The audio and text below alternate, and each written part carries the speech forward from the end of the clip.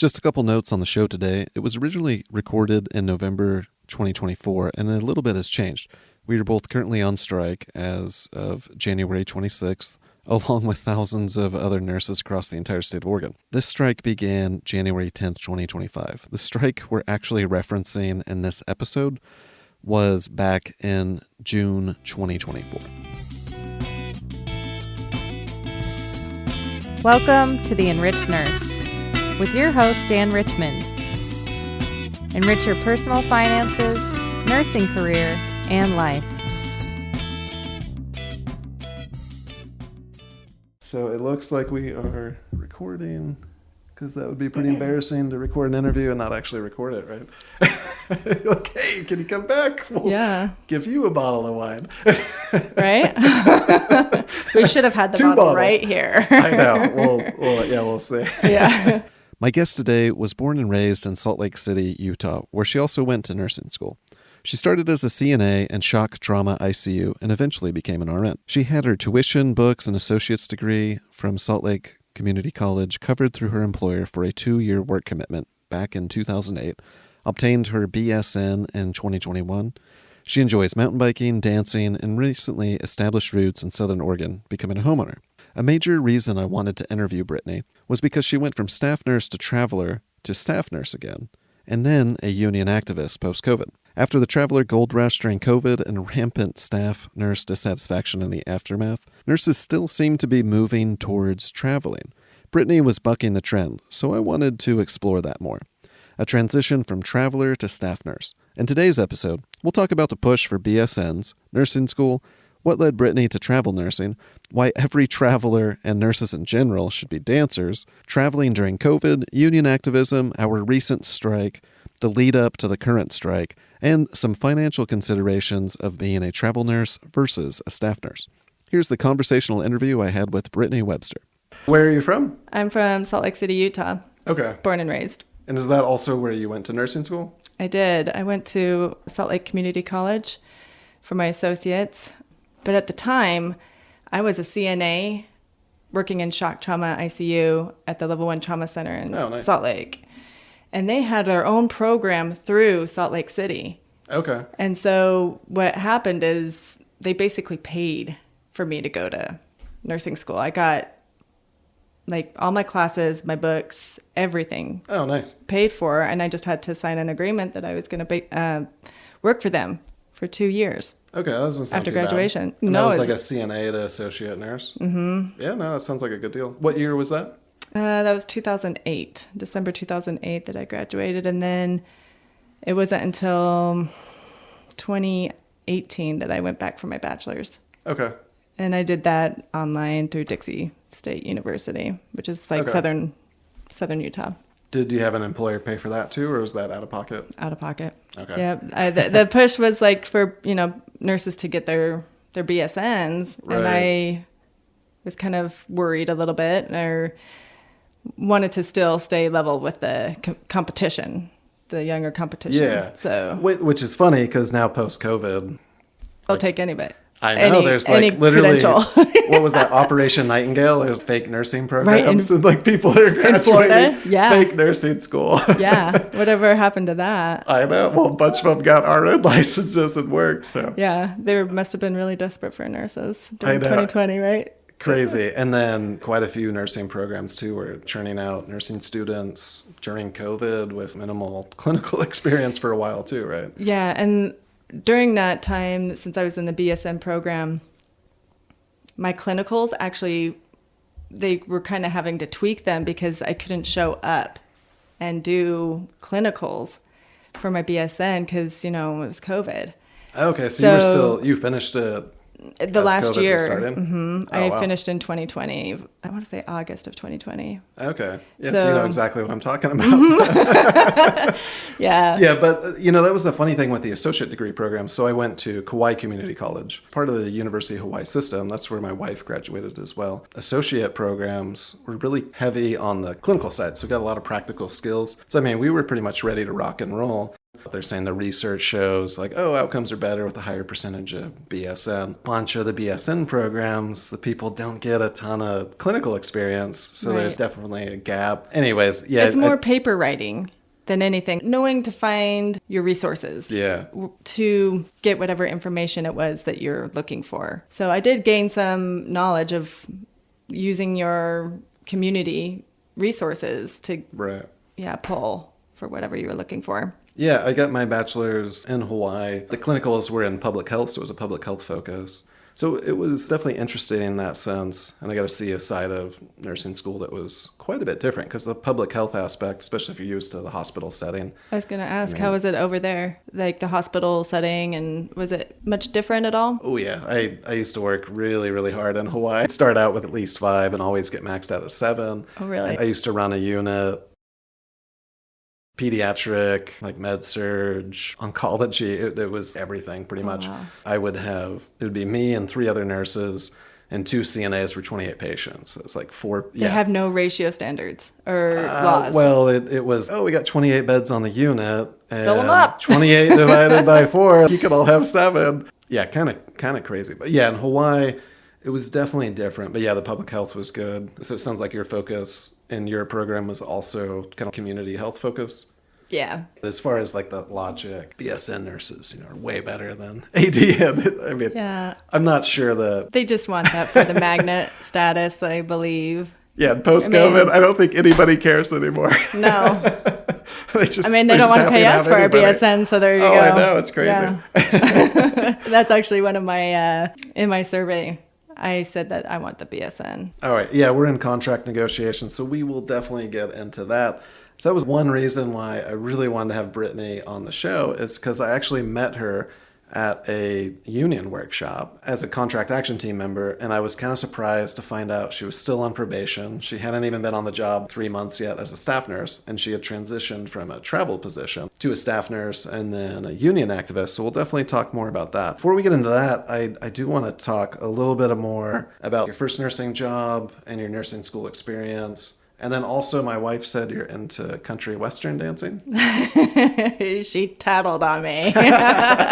Yeah, I did 5 years as a CNA, again in shock trauma ICU at Intermountain Medical Center, and that's in Murray, Utah, while going to nursing school. And then that unit hired me right out of school. I was really lucky to get that opportunity because 2008. A level 1 ICU, I had a lot of experience from that unit. I mean, that was going into the Great Recession, and that was kind of a unique period for nursing where nursing jobs were drying up. Places were starting to implement hiring freezes and even laying off experienced nurses. But guess what? I had a contract. You had the inside scoop. I timed it just right. Yeah, because my wife wound up taking her first job on Kauai. It was into a long-term care facility. Like job openings were way less. So she had to go to a skilled facility, is that what you're saying? Well, she knew how hard it was working at the hospital, so she didn't want to work at the hospital anyways, because I had been working there for a few years. SNFs are hard though too. Yeah, but out there, like they had open air. I mean, if you're going to be... They're like on the beach. Or... Oh, yeah. Those at one, I'm just like, man, like, this is where I want to wind up when I'm 80 if I make it that long. I can only imagine. Yeah. Back then, there's like no relocation assistance, no sign-on bonuses. It could be fierce competition to get a job. Yeah, so kind of crazy. So what you said, trauma ICU. Trauma ICU. And that was you went as a new grad into that setting? Yeah, I know. And that was kind of unheard of, but they knew who I was, since being a CNA for 5 years with them. They knew my work ethic. They knew they could train me exactly how they wanted me to be, and they could mold me. And they sure did, and they're kind of fierceless and very blunt, and you kind of have to be in that type of setting. People are crashing.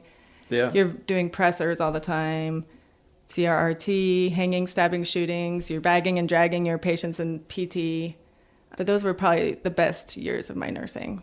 I have to still, to this day, say that. Oh, nice. Yeah. So it sounds like it was a good experience overall, even though it was probably tough. Most definitely. And the camaraderie is by far, I've never experienced that before or since. Huh, cool. So Yeah, no, I mean, who you work with makes a huge difference. yeah, makes it or breaks it. Definitely help you cope too. So I totally burned out within months of taking my first job. I got promoted to charge nurse, I think, before I even had 6 months experience. I'd have newer nurses coming and talking to me, and I'm a new nurse. And they're like, hey, my patients are really high acuity. What do you want me to do? I got 7 of my own patients. I'll be out there in like an hour and we can talk about it. But you got this. Trauma ICU, so I mean, your ratios probably were definitely lower. 1 to 2, some 1 to 1. Like if it was a CRRT, they had to be 1 to 1. Sure. Just to kind of man that machine. Or if they were on a ton of pressors, just high acuity, if we had to like travel to MRI or IR, no more than 2. Okay. Yeah. And so did they try to make you be charge nurse too by like 6 months?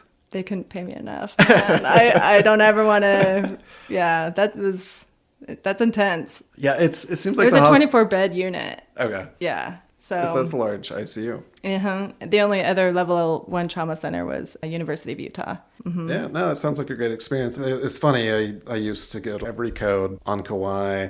And as my career's progressed... Work smarter, not harder. I know. The less I have to do, the less stress. You know, you do get to a point, and I reached my point at 9 years as an ICU nurse.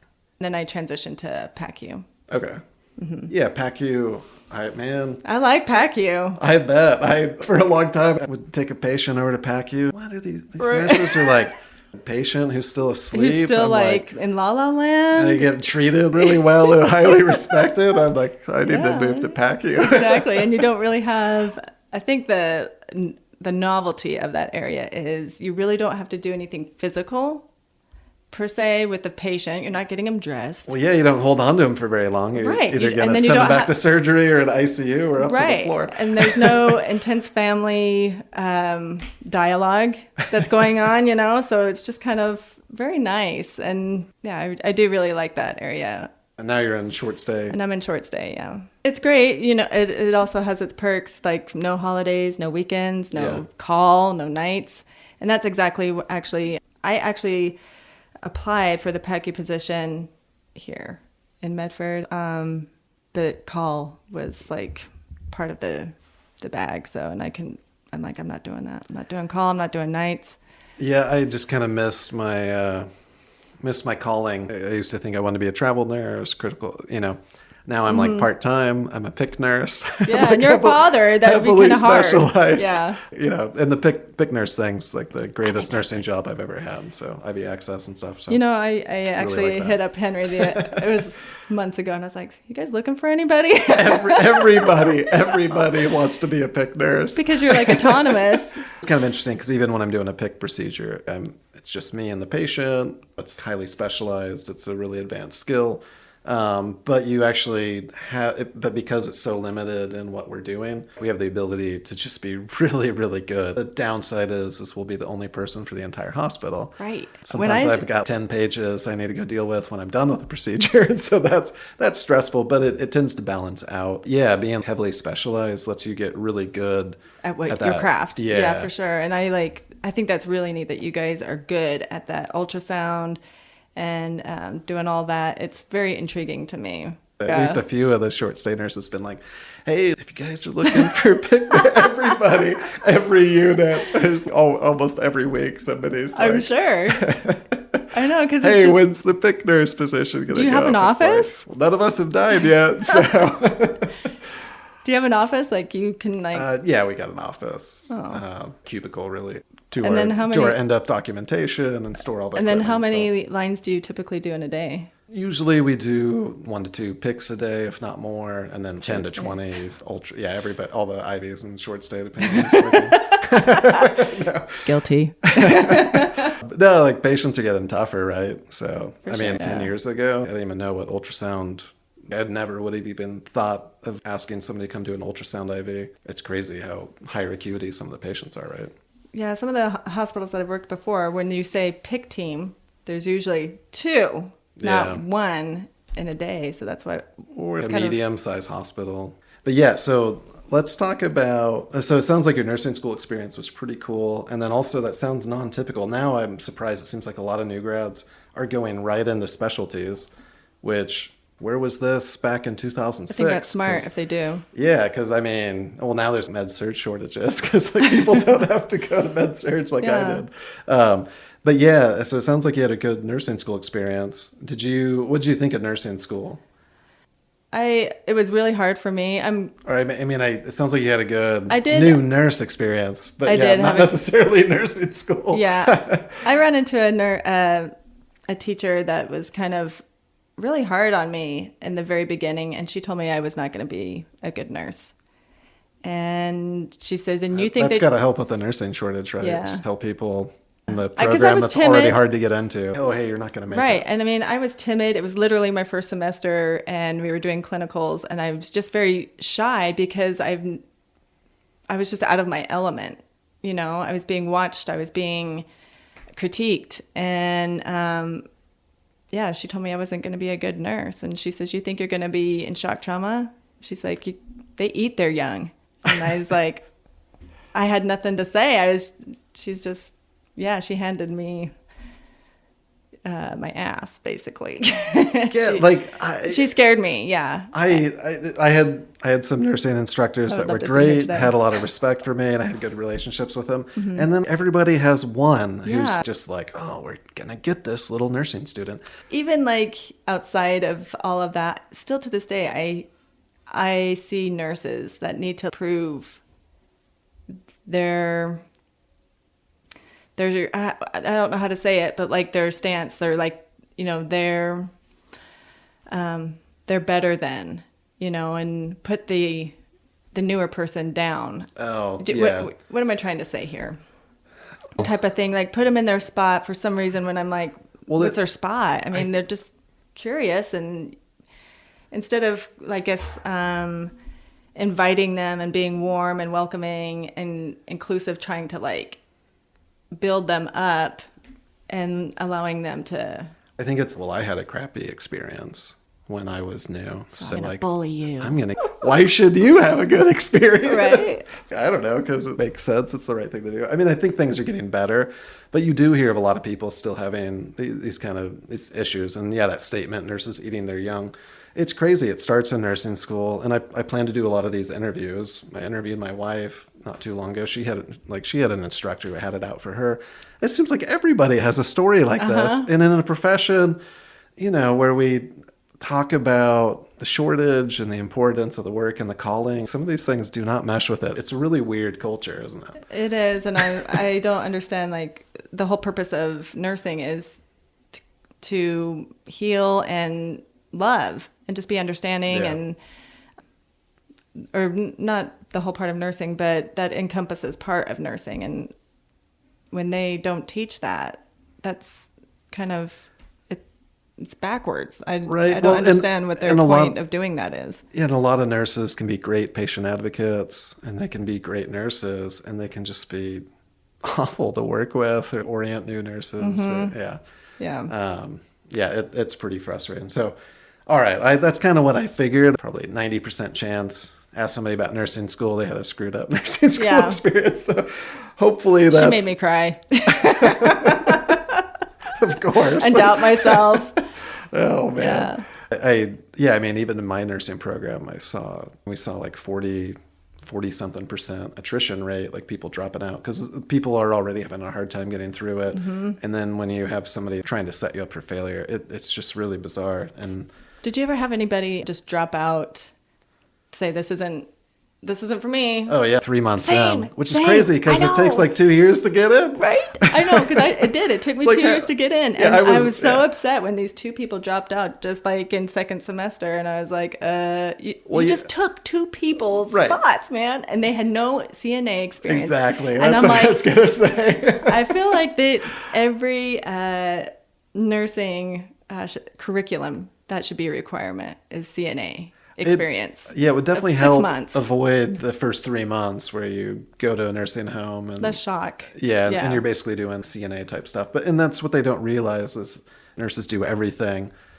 But once you're an RN, CNAs tend to do the CNA job. You're going to do some of that, but it's not like in that first few months of nursing school, which is what I remember. We went to the nursing school and it was just total shock for some people. You know, they're Right. cleaning up their first Smells. diaper. Yeah, they're cleaning up their first Sounds. diaper. And the patients They're like, we do what with what? And chewing them out the way they're cleaning them. They're like, I can't do this. yeah.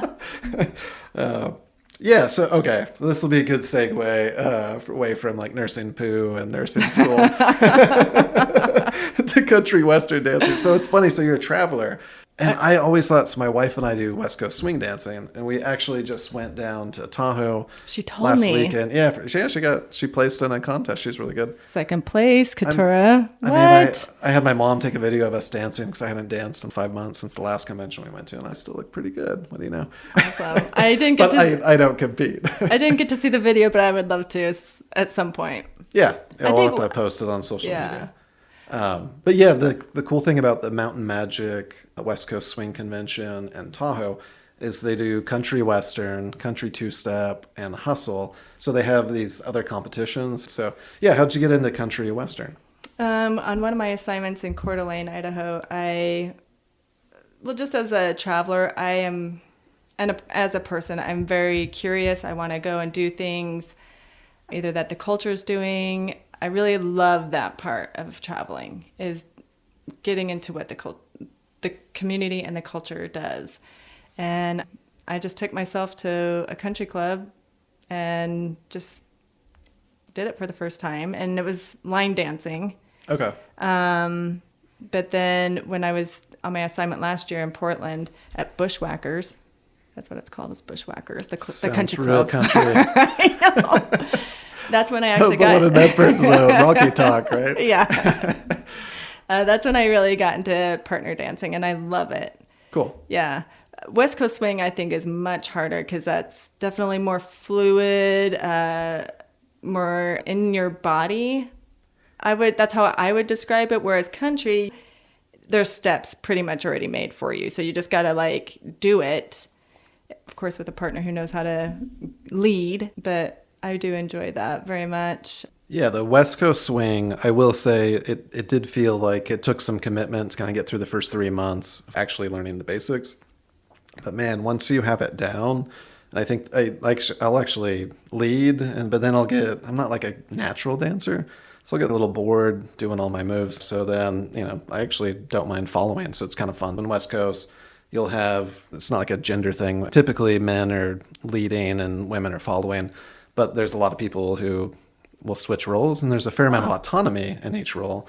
So if the nature of it, so it's a little trickier to get it down, but once you have it down, an advanced follow can dance with a more beginner lead, and they can have a really fun, incredible dance, and vice versa. So it's pretty cool. Have you tried Western partner dancing or any of that? Just two-step, because we used Two-step's hard. Yeah, well, we used to go to there was this Thursday night ballroom, and it was mostly West Coast, but they'd always do two songs. One was a country western, or country's two-step, and then the other one was cowboy cha-cha. So, I mean, after I don't know, a couple of years of having to sit and watch people do, I was just like, all right, we got to start doing that. So we started trying to do it, and I haven't had any formal lessons with it. My wife and I had done other ballroom, but man, the West Coast is just so fun. If you can do West Coast, easier. Yeah. And yeah, we should probably do it so that way we can do even more variety. Yeah, I think West Coast definitely has more technique than West Coast. But or not West Coast, the but West Coast country. swing. I'm sure there's a good country western scene in most states as well. But the thing with West Coast swing and travel nursing, you would have instant community in pretty much any major city you go to. How are more nurses, not dancers, right? Yeah. Yeah, I actually brought one of my friends that was on assignment at the same time with me in the same unit. I brought her to the dance place, and she had a really good time. So I think it's a really good way to meet people. Yeah. You just have to, as a traveler, you have to put yourself out there. And that's the hardest part, is to be vulnerable and just take yourself to the movies. Because wherever I traveled, I knew nobody. So I had to really get comfortable with myself. I took myself out to dinners, to lunches. And I ended up talking to the person at the counter, or, and just having a good conversation, learning about people. Yeah, because an assignment's going to be, 12 weeks? Typically, yeah. 13, actually, Oh, 13. Yeah, And yeah. then typically they want to extend you. Okay. Yeah. One assignment that I did was only 3 months. Okay. Yeah, but I mean, even just doing 2 assignments a year, be a lot willing of to get to know packing. new people, right? Yeah, I always thought I was going to do traveling, and then I do a lot of traveling, just not as a travel nurse. I work as a part-time nurse and have a ton of time off. And my wife too, we took several months off and thought we were going to be doing travel nursing. This was back in 2010. And then we wound up taking jobs in Southern Oregon, not intending to stay long term, and we're still here. Do you think that you could do it with kids? No. Or that I don't even think they make part-time travel assignments, do they? I mean, there's per diem, but Yeah, there's per diem. I've ruined myself. I can't work 3/12s in a week unless I'm going to have really? like 8 to 10 days I would off love afterwards. 3/12s. Yeah, Well, yeah, because you're Monday through Friday, 8 hours, right? 10. And Monday through so 4 days a Thursday. week. Okay. Well, it seems like that's probably better than Oh, for sure. I wouldn't want to work. 5/8. It seems like that would be pretty awful. Yeah. I have done that before, and yeah, I won't go back to that. Yeah, I don't know. I feel like you can't ever like get on top of or do anything for yourself because the weekend you're just you're cleaning. You got to go do the errands to prepare for the week. Your meal prep or whatever like that.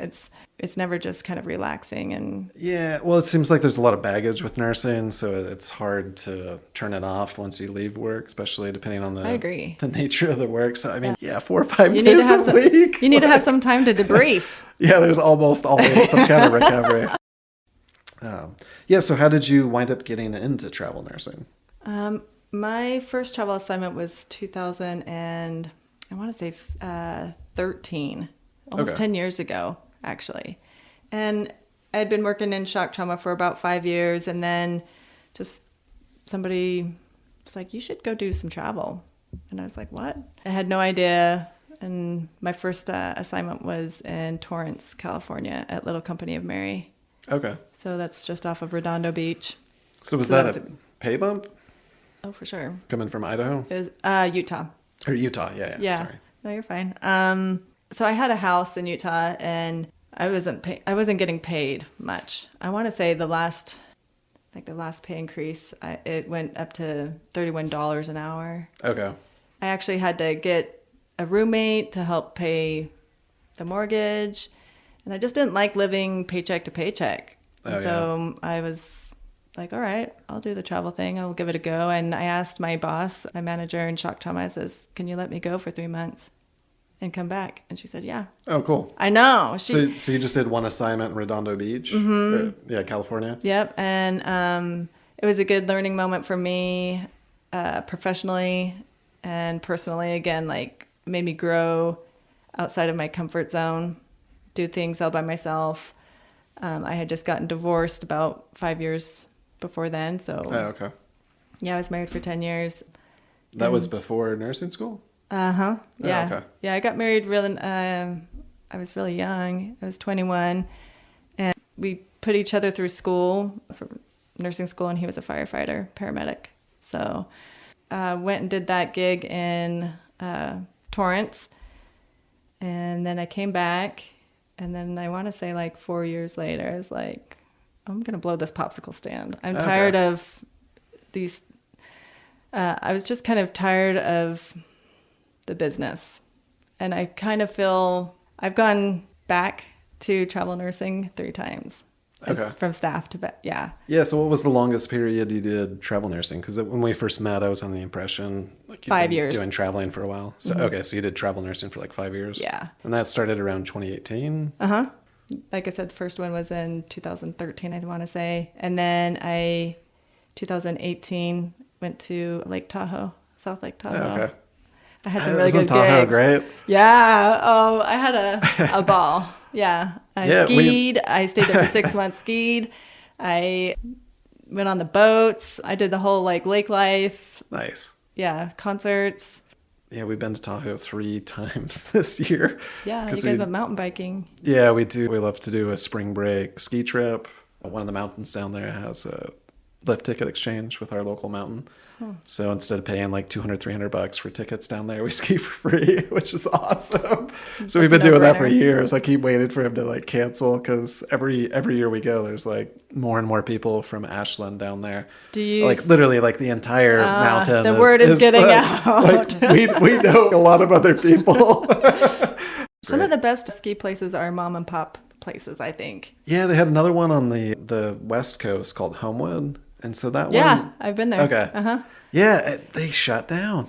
They went out of business. I think it's called Sugar Loaf, Sugar something. Sugar Bowl? Sugar Bowl. Okay. That's there's a one. bunch down there. Yeah. And the conditions are pretty epic. We were there in the summer too, and did the Flume Trail for mountain biking, which is really cool. Yeah. That trail. So you did a lot of mountain biking there too? I didn't do a lot of mountain biking, although I did have my bike there. I didn't do the Flume Trail, but I did a few other ones around there. Okay. I did a lot of hiking. I did a lot of partying. It was great. So those travel nurses. Yeah. Yeah, what's the meme? It's like they're crying with like surrounded with money. Right. That was drying my tears with my cash. Yeah. Not quite as much. No, it's funny. So when you factor in inflation, some of the weekly travel assignments I'm seeing now, they don't look nearly as lucrative. And I'm also noticing some of the ones that are for $5,000 a week or whatever, which sounds really high. But then I'm clicking on it. Seriously, the rates are going back, and that's 48 hours. You're talking overtime's built into it. And it's not the 36-hour, $10,000 a week thing that peak COVID. No. Yeah, and I never, like I said, when I went into it before, it was never really, really about the money, because they weren't offering those huge prices and even packages.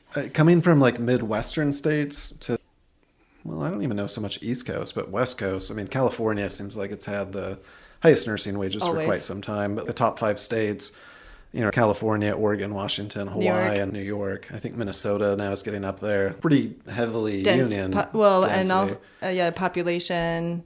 Yeah, Washington, D.C., sometimes you'll get some nice ones there. It also depends on like the specialty that you're in. ICU, labor and delivery, they'll always get really good. Yeah, labor and delivery packages. It's a high demand specialty for a while. My wife worked there. No, I remember in Tahoe, I want to say it was $1,800 a week. So of course that factors into your stipend and such. But the most I ever made, which was during COVID, was $4,000. Okay. A week. That's pretty high.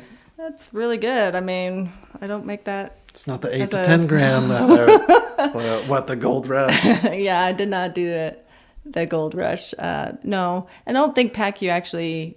I'm going to tell you. So, like in 2020, what happened? They shut down elective surgeries. Yeah. So. ICU would have been high demand, right? I'm really lucky that they did not furlough me. Yeah. Say, look, we got to cut your contract. Redwood City was where I was at in 2020 in California, and they treated me good for sure. So I stayed there for a good year. But so did you get the full COVID experience as a traveler then? I didn't. I would actually float to the ICU to be, like a resource. Extra hands. Yeah, PACU travel assignment. That probably is where it was at, assuming you could get one. You know what? I have to tell you, it sucked because, as a traveler, they would give you the COVID patient in PACU, and it kind of sucked because they're like, I felt a little discriminated by because I didn't have a family with me, I didn't have kids, and I knew darn well that was why they were giving me it. Because you could hear I don't want to take that patient. I'm going to go see grandma this week. Okay. And they would all, oh, my husband's sick. I don't want to get him sick. He's immunocompromised. And I'm like, so I don't matter. It just kind of sucked that I was the person to just, she's all alone. COVID was really. She's going to take it. The whole thing was weird. I remember sitting in a tent in the ER. I voluntarily got vent training, boost up my skills again, ready to rock and roll. This is a once in a lifetime thing, right? And so I was picking up all these extra shifts, reading about what's going on in Italy, and I'm reading the horror stories any day now. And then after a while, there's nobody with COVID here. And I mean, I'm at the smaller hospital, so the real cases were tending to go to the other one. But yeah, the surge never came where we were at. We didn't, in Southern Oregon, we really didn't see a real COVID surge where things got sketchy until Delta. I think that was, fall of 2021. Nobody had a clue really what was going on. The resources were all over the place. They were telling us one thing about masks and stuff like that. I remember going to HR about like the vaccine, and I was like, what if I don't want this? And she's like, good luck. It's either you get it or it's your job. You gotta take it. And so I did, but they made us like, for our masks, they're like, put it in the microwave. Put it in a paper brown bag to like kill. I mean, they were like telling us all these weird things that obviously are not. Reuse your disposable mask for something that's like clearly airborne. Right. Yeah, it was pretty frustrating. It was a very odd time. And I think back on like that, we lived through that all together. Yeah. And witnessed what an just awkward, weird time that was. Yeah. Yeah. And yeah, it was interesting that everything kind of came together. The travel assignments hit peak supply and demand market forces, right? And then stuff's been pretty disrupted since. But yeah, that was one thing I wanted to talk about is because I was thinking I haven't actually done any travel nursing. I thought I would. I was reading the statistic in the American Nurse Journal, and they're claiming there's 1.7 million active travelers, and I'm having a hard time seeing that number add up, because there's only 3.5 million active RN licenses. So travel nurse is probably including other people. I'm not sure that that's actual travel RN, but I think there's, especially if you were... obviously someone did a miscalculation. I don't know. I mean, I saw it referenced on nursejournal.org, nurse.com, some other places too. Statistics. And who's considered an active nurse? You and I, people who, such as like retired, they still keep an active license to work per diem. Supposedly there's like 4.5 million of RNs in general, and then 3.5 million actively working. So I feel like that's probably pretty correct. But I've seen some different stuff. Is there really 1.7 million active traveling RNs? I'm not sure. But the sentiment was that, there's still a ton of people traveling. Like even at our local hospital, I mean, there's in the ICU, the entire night shift tends to be travelers. I mean, there's definitely a higher percentage. In surgery is like one of the big, circulators. So I'm curious, did you see that, from 2018 post-COVID? So, I mean, do you feel like there's definitely, was that kind of your take? Is a lot more people moved into travel nursing? Well, during COVID for sure. And then I feel like right now that people are going staff because they're offering bonuses, sign-on bonuses, relocation bonuses. I didn't get that. But all these other perks for going staff. Yeah. And the rates are low. So really, it doesn't make sense for somebody to keep traveling unless they really don't have any financial issues, burdens or anything like that. Yeah, because I mean, it sounds like you were duplicating expenses when you took your first assignment. So if you had a house, I mean, it's not like you're... Yep. Yeah, you asked your manager, can I take a 3-month leave of absence? Yeah. Hey, mortgage, can I take a 3-month leave of absence on my mortgage or bills and stuff? So that's the thing. I mean, do you think a lot of travel nurses don't quite realize how much their pay is going to be diluted with... No, if they're not doing the van life thing or a travel trailer? I personally think, and I have a traveler in my studio, I have a studio in my house here in Phoenix that I rent out to a travel nurse, and he works for Asante. And we talked about this a little bit, and he says, I don't ever want to go back to staff. And I says, well, tell me more. And he says, I love the freedom. Yeah. And I think that's a huge, huge perk of travel nursing. You can do any job for 3 months. You can deal with any BS and toxic management, whatever. Grin and bear it, 3 months. Big deal, move on. Yeah. And a lot of people really value their time. And I think that 2020 COVID 2020 really opened our eyes as for humanity to see really what was important. And that is our time with our family, with ourselves, our mental health. Yeah. And what gives us our mental health is doing the things that we love and cherish. And so for that matter, I mean, I really think that people are hesitant to come back to staff from traveling. But I think back in their the back of their minds, they know they have that option to go back. Yeah. Yeah, it's interesting. So that's actually why I started the Enriched Nurse, is because 2020, like people moving to travel assignments, just kind of felt like people made a lot of sacrifices. Nursing already, there's a lot of self-sacrifice. And I remember, there was talk about hazard pay, and even within our union, it was, well, we don't want to be seen as profiting off the pandemic. It's just kind of this weird take on money, commitment, sacrifice, and really what your role is. And then especially when, there's protests and people, the conspiracy theories accusing us of killing people. I mean, it's just the whole thing turned into such a big mess. But you're a hero. Yeah, and I think healthcare workers, most of us, if we were in the surgery areas getting furloughed, I mean, everybody, I think, eventually got the COVID treatment and questioning what we're doing. And so that's why I started the Enriched Nurse, because, my wife and I, we've been part-time almost our entire careers. I kind of fell into it, got lucky. The first job I took was part-time. And then, like I said, I burned out. I was working my ass off. And then how happy were you as a person at home? Well, it took me a while to get over it once I got burned out, because I was thinking, I'm going to work a ton, just pay off all my debt and stuff. And, I was ready to rock and roll once I actually started as a RN. And then 6 months, I was just, I really hate this job. And there's really not a whole lot of other places to work on this island. And, you know what I mean? And so everything was good, other than I really didn't like my med surg job. But the part-time gave me the space to figure out how to cope and deal with it. Nursing school doesn't really teach you how to they don't really prepare you. I felt like my nursing school prepared me to be let down with what the role was. So everybody figures it out eventually and figures out how to survive. What I started to realize is there was a financial independent, retire early movement, people wanting autonomy. And I'm like, well, wait a second here.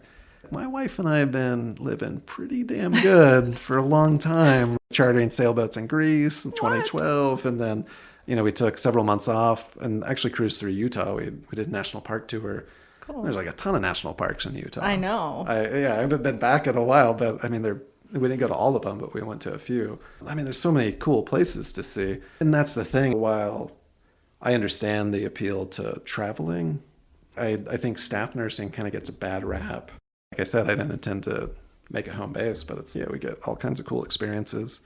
Yeah. And so we get the best of both worlds. And that's why I created the Enriched Nurse. So I'm like, people need to get more of the best of both worlds. I guess the better question is working so freaking much. Right. I guess the better question is how do you coax somebody into going staffing when they have this other option, such as travel? Like, it should be a no-brainer, right? Persuade me, please. So if I've got 2 years experience and I can take a job at your hospital, technically, they're claiming it's $80 an hour with my non-taxable stipend or whatever.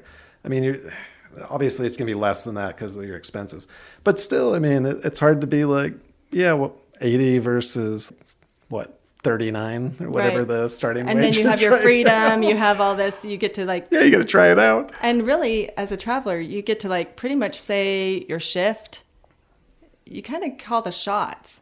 Yeah. And that's why a lot of staff nurses got bitter against travel nurses, because they called their day shifts. I don't want to work night. That's why they gave you the COVID patient. Exactly.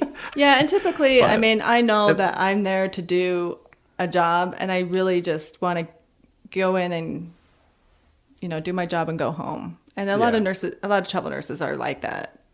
I think that's, they don't want to get into politics. They don't want to have to do any extra. Sure. Yeah. But interestingly, let's get on to the union kick. So you go for 5 years on the travel scene through COVID, and then all of a sudden you park yourself in short stay, take a staff nurse job. I know. No sign-on bonus, you said, right? Yeah. And then, like I said, 3 months later, You're giving a speech at the bargaining table of 20 nurses, 30 nurses in the room. I was shaking, man. And admins on one side, the lawyers and all the executives and the management team. And then we've got like our 6 nurse negotiators. And yeah, you give a speech. So how do you go from feeling like having that appeal of freedom and autonomy? Yeah, I can make some assumptions, but yeah, I'm curious how you go from that to being, I'm ready to be a staff nurse, and then also I'm ready for some union activism. Well, in my life at the time that I chose to become staff, I really wanted to root down. Travel nursing, of course, with all the perks and stuff like that, at some point you do get tired of packing up and having to do the modules over and over again every 3 months, 6 months, whatever it is. It does become a little tiring. You don't get to foster relationships, long-term relationships, and that's really important to me. And I wanted a home. I had sold my house in Salt Lake in 2020, and I put everything in storage. I had 2 different storage units in 2 different states. It was just like, and I just kept like buying the same thing over and over, accumulating crap. Yeah, no, that's a huge risk for nurses. Oh my God, I know. It's like, oh my God. Spending it, yeah, because it's easy to get busy. And then, yeah, it seems like with the travel nursing thing too, it's like, oh, I'm making bank. And then it's like, whatever. Oh, yeah, it's like blowing not worth the hassle. So I got money to burn. Exactly. But I think nurses are kind of like that in general. I think so too. We'll get on to that. So I got... Oh, this is going to have to be a 2-part episode, I can see. Oh, wow. Or like an hour here. Crazy. Do we get a refill on the wine? Well, I think we're going to be able to wrap up in like 10 minutes, but yeah. Oh, okay. So we'll do the refill. I got approached by Jackie to just kind of... Jackie's our labor rep. Yep, to get my point of view, and because she could see that I had a lot to say. And the one reason that I went into traveling was because I really couldn't pay my bills. Just like I said, enough to pay my mortgage, I had to get a roommate. And a single person not being able to pay their mortgage, and I had a car payment. I'm never a person that accumulates debt. That's just not my personality and my character. So really, I only had like a phone bill, besides the utility bills, mortgage, and car bill. Like, it was pretty basic.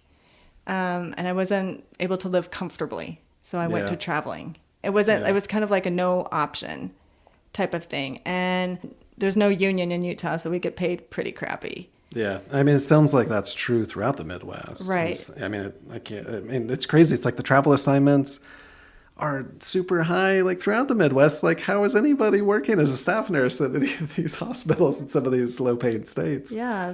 So when Jackie approached me, she asked me if I would care to like talk to in that meeting, and I was just like, sure. And I didn't really think that it was gonna like be in front of all of that. I had no. So you got idea. suckered into it. And I really wanted to tell what I felt. And I was passionate about that because I know that there's a lot of other nurses that were in my shoes, travel nurses, that really just want to be home. Yeah. If you could just invest in your employees, they'll invest in you. And that's exactly what I said in my speech. Travel nurses are basically rent, whereas staff nurses are a mortgage. Like I compared it to the renting and the mortgage and basically they're just renting travel nurses, and it's depleting in every situation. Like it's exhausting. Yeah, it's kind of crazy to me how, I mean, that's where I was fascinated by that 1.7 million number, or just the fact that I think it's probably pretty accurate that the amount of travelers increased like 5-fold, during COVID. So whatever that final number is, but the percentage was definitely a massive increase. And why wouldn't people leave like crappy low paying gigs to go travel and, for greener pastures? But totally unsustainable. I mean, just locally, it's like we had nurses taking a travel assignment at like a hospital 3 miles away, or like in a 20-30 mile radius. Executives are supposed to have MBAs and like be the leadership, and they're literally just There's been insane amounts of strike activity, historic strike activity with nurses throughout the country since 2020. Each year since, there's been more and more strikes, and I think 2024 has probably been They've had the it. highest number of strikes so far. And I mean, what is going on? But the agencies are getting a cut too. Is this a huge waste of money? Where's the agency getting their money? Medicare. And who supports our hospitals? Oh, I know. Medicare. I know. And they always talk about the paramedics, like, So, we can't make any money. They're always crying how Medicare doesn't reimburse, blah, blah, blah. But somehow they manage to accumulate billions of dollars in cash and have venture capital funds. These poor companies can't make any money off Medicare reimbursement, but somehow there's all these people making tons of money. It was almost like cathartic when I got that speech, and I was just like, make me stay, make me really want to stay this time. Yeah. You know, just like I said earlier, there's always that forethought, like, if this doesn't work out, I can always go back to traveling. Yeah. I really want to stay. I really want to be part of this community. I really want to contribute to this community. And I feel like by incentives and benefits, that's enticing to someone like me. Because as a traveler, you don't get 401k. You actually have to be like working at least like a year for some of the agencies to actually get that perk. And that's why I am hurt inside and disappointed right now, because they're not showing me that they want me to stay by not giving us increases as we should, like this back and forth crap. Yeah. PTO, nothing. Asante still is better. They get the BSN. The thing is, with the benefits, that's kind of crazy. I find a lot of nurses, they underutilize the benefits. And so I think it's easy to look at traveling and be, oh, I'm not using any of these benefits anyways, but I still see travel assignments advertised. Oh, we get a 401k match and, you know, insurance. And it seems to me medical insurance is probably the only thing people are actually using. Because even with the 401k match, typically there's a vesting schedule. So Definitely. Before they actually even give you the match, you got to be there at least a year. Yep. But 6 usually months to a year, vesting schedules, you only own 20%. Then second year, you'll own 40% of the match, and then so on. It takes 5 years. At Providence, I know that like they don't even let you have a significant percentage of it until 3 years. So if you leave within 2, you could potentially lose most of the match. Vested if not is all 5 of it. years. But yeah, fully vested is 5 years. And that's pretty typical. It's been like that at multiple facilities I've worked at since 2006. I think that's the industry standard. But yeah, it's funny because I feel like the travel assignments will throw around all these benefit packages. Well, that's just to get your number in their exactly. Unless you queue. Actually keep extending with that agency. But there's like a million agencies, right? Yeah, I never stuck with one. I've been with like at least 5. Yeah. No, and they totally know that, don't they? Uh-huh. Well, I am very upfront. And that's more money that they get to keep. They're salesmen, and I want to be totally honest and upfront with them, because I would hate for somebody to waste my time thinking that I'm their only one. So I just said, I'm working with 3 different individuals, just FYI. I would be completely honest with my agents. Sometimes I would play them against each other. I'd say, I see this here assignment on this website for this amount of money. I've been quoted it. What can you do for me? No, good for you. I mean, so many nurses, they get stiffed right on new hire. I mean, because they don't understand how to negotiate. They don't understand the hospitals messing with them and willing to pay them more, but absolutely will not offer them more unless that person negotiates, and they'll even screw with you. How many recruiters messed with you on the travel assignments or tried to play the game? But when they find out that I have some, time under my belt, they're like, oh, we can't or you call them out on it. And exactly. Yeah, but so many people don't even know how to call them out. Like, in that, aside from travelers, I mean, just employers in general anyways. Yeah. And just to do a shameless plug, I do have a course on maximizing your pay and negotiation. I've been trying to get nurses to stop getting ripped off ka-ching, ka-ching. and exploited.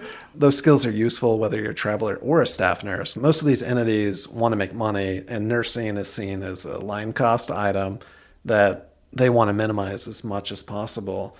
And we're definitely feeling on the staff nurse. What our listeners probably don't know is that Brittany and I were on strike for 3 days back in June, which wound up being 5 days when we got locked out for 2. And we're still negotiating. It's been like 10 months of negotiating. And a lot of our nurses don't feel like our employer is showing a whole lot of appreciation for underpaying us for years now, and also the loyalty shown through COVID and whatnot. And that's one thing I appreciate you saying, is because I feel like it's gotten too easy to just, it's a crappy job, it's a crappy environment. Our new manager comes in, screws things up or makes things lame. I'll just leave. But you lose your seniority. There's hassle factor involved. You got to give up that camaraderie if it's a group of people you like.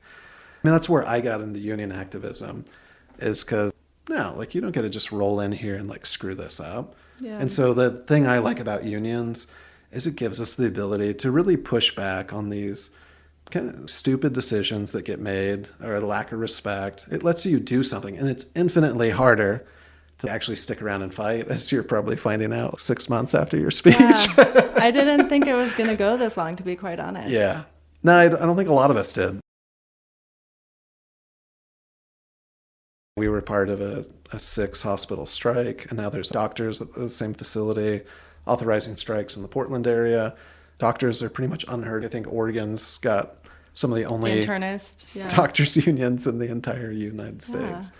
It's a big deal, and it's frustrating, but it's worth the fight, especially in the long run. And it's important to have people who are willing to stick up to these people. Yeah, and I think this is the time to not give up. We've come this far, and we have this leverage, and we're not going to ever have this again. And I think that's really important for people to really grasp and really just dig in. And I feel that there will be a positive out of it.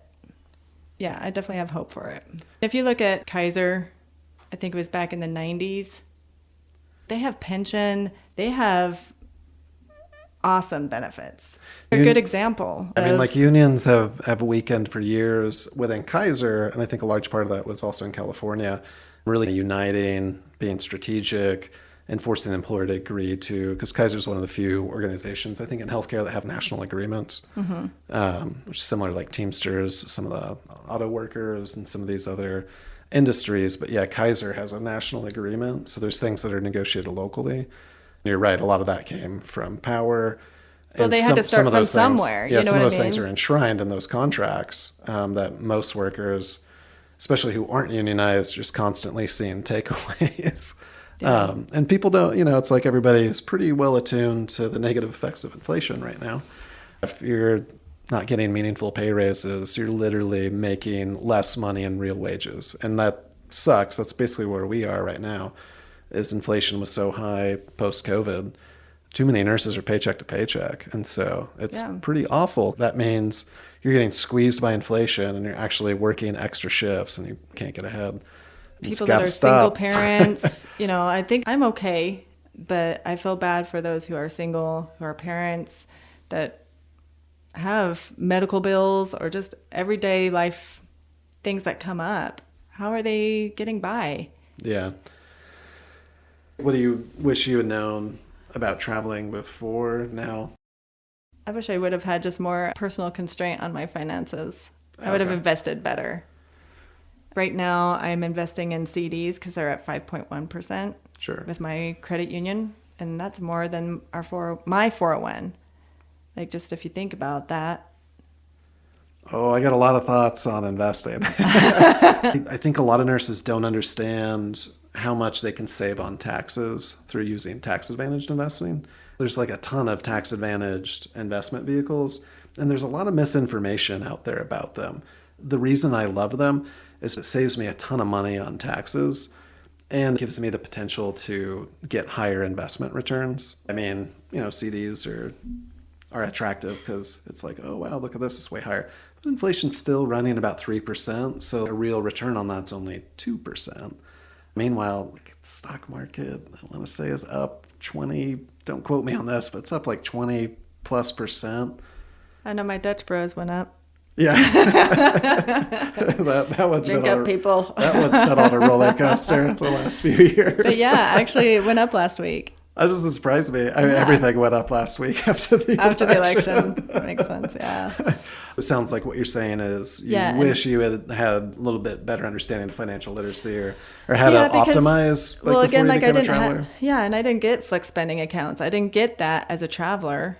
Yeah. Again, these are the perks of being staff, and those are not perks of being travel nursing. So it's just, I had to save up my money and put it into my own, and give it to my guy that does my portfolio in Utah. Okay. And so and then I just started doing individual retirement account, like an IRA. Mm-hmm. Yeah. And then I just started doing CDs on my own the last 2 years. And then this year I've been maxing out on my HSA. Nice. Yeah. A few of us in a short stay, we're going to get certified in either CAPA or ASPAN, like type of the credential, the specialty. Great way to give yourself a pay raise and get paid by your employer to do it. Yeah. Yeah. Is there a gender pay gap at our hospital? I mean, it's union. They can't do a gender pay gap. Well, it depends if somebody is negotiating higher pay raises. They can. It's union. They can. No, they cannot. They can. It's in our contract. You're talking to a guy who's negotiated a bunch of contracts. I'm like, that's what the recruiter tells you, though, because that happened to me. So I actually talk about this in my course because they totally lie to you and they'll screw you over if you don't know this stuff. I tried to negotiate and they're like, oh, the union won't let us. And then I read in our contract, it says at the employer's discretion, a nurse can be placed higher on the step scale. At the employer's discretion. They totally lied to me. But I didn't know any better. I was just asking. But asking doesn't work all the time. It works surprisingly more often than you would think. If I had actually read the contract, if the recruiter says, oh, I can't do that. The union sucks. They won't let us do that. And I say, oh, well, I got the union contract right here in front of me because it's public knowledge and I can find it on the union's website. And I've read and I understand the step scale, because the other place nurses get screwed is they say, oh, your experience doesn't count. So you worked in peds, we're going to lop like 10 years off. So even though you're a 20-year nurse, we're going to start you at 10. It's total BS. You got to negotiate.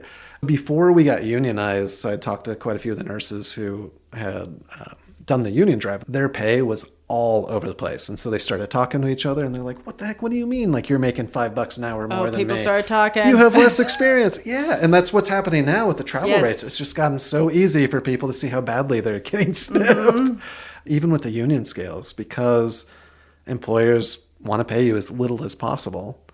I mean, they'll entice you on with like a sign-on bonus or relocation assistance, but on the hourly rate, I mean, as we're seeing with our contract campaign, they don't want to pay us any more than they absolutely have to, because it costs them the most. The nurses make up the highest expense for the organization. I mean, it's just the way it is. And then the way that reimbursement happens, we're seeing on like the room charge. But do you know someone who has actually done that on their contract before signing a contract? It was like will and deal. Yeah, I was just talking to one the other a week ago who's taking my course. I'm not going to publicly call them out. But good for them. And they're a guy. Go figure. But no, I mean, people negotiate higher pay packages all the time. I mean, and I personally negotiate higher pay even within our current contract all the time by understanding how to maximize the differentials and use stuff. It's good skills to have. For sure. All right. Well, thank you, Brittany, for joining me. Thank you for choosing me. Just a little update. As I said at the start of the show, this episode was originally recorded in November 2024. Brittany and I have since joined the largest healthcare strike in Oregon. Every Prov hospital in Oregon has an open-ended strike right now with not just nurses, but doctors and other clinicians. We were with dozens of other nurses at 6 a.m. January 10th, welcoming dozens more nurses out to the picket line during a walkout as the strike began. Providence has not enticed fellow nurses like Brittany to stay with a competitive contract. We are still in the fight and have received word that negotiations are set to resume, but have not yet reached a deal. Next time on The Enriched Nurse, we will be talking about the 2025 Providence strike with voices from the front line.